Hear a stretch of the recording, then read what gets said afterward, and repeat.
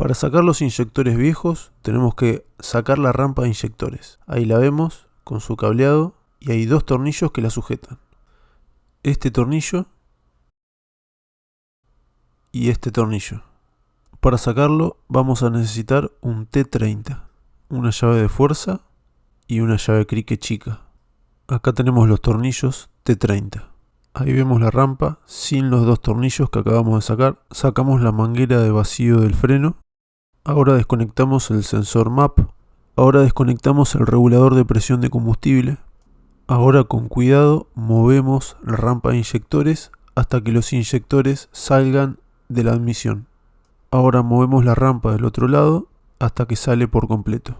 Ahí podemos ver que se ven los O-rings de los inyectores. Desconectamos el inyector número 1, 2, 3 y 4.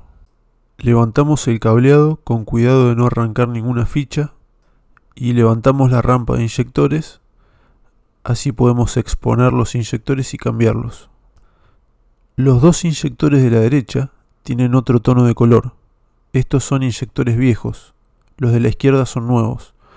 Cuando desconectaba los viejos, el motor no cambiaba, así que quiere decir que no estaban funcionando. Con la ayuda de una pinza, vamos a sacar la traba del inyector número 3 y 4. Como va a caer nafta cuando saquemos los inyectores, vamos a usar un trapo viejo para que caiga la nafta ahí y no en el motor. Vamos a agarrar un poco de silicona y vamos a lubricar los O-rings de los inyectores nuevos. Así ingresan más fácil en la rampa cuando los pongamos.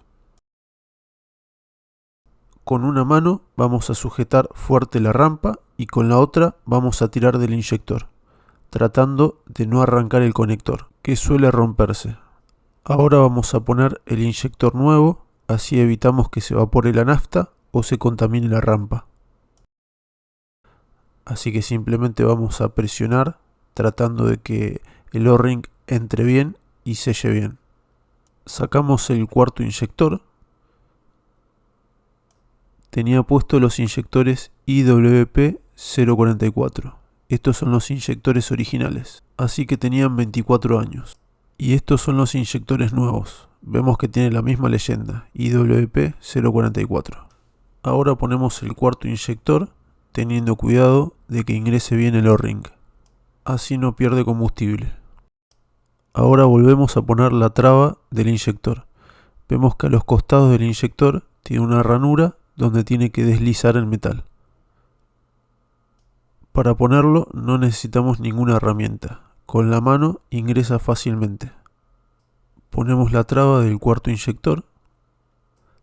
Damos vuelta a la rampa de inyectores para acomodarla en los orificios de la admisión. Acomodamos el cableado detrás de la rampa de inyectores para que alcancen los cables a los conectores de los inyectores.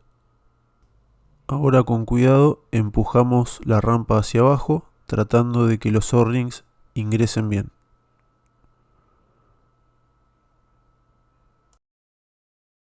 Ahora tenemos que poner los tornillos T30. El primer tornillo es el más fácil porque nos podemos ayudar con la mano izquierda para que no se caiga y con la derecha lo enroscamos.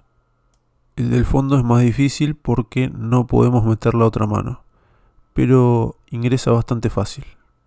Ahora lo apretamos con la llave de fuerza, pero sin pasarnos porque la rampa es de plástico. Apretamos el tornillo del fondo, conectamos el sensor MAP, conectamos todos los inyectores, simplemente lo empujamos hasta que hace clic, ponemos la manguera del regulador de presión de combustible, lo ponemos en contacto y revisamos que no haya ninguna pérdida. Una vez arrancado tenemos que hacer lo mismo, es muy importante que no pierda. Lo ponemos varias veces en contacto para que cargue presión la rampa y sea más fácil de arrancar. Antes de hacer este cambio de inyectores, el auto andaba en 3 y a veces en 2 cilindros.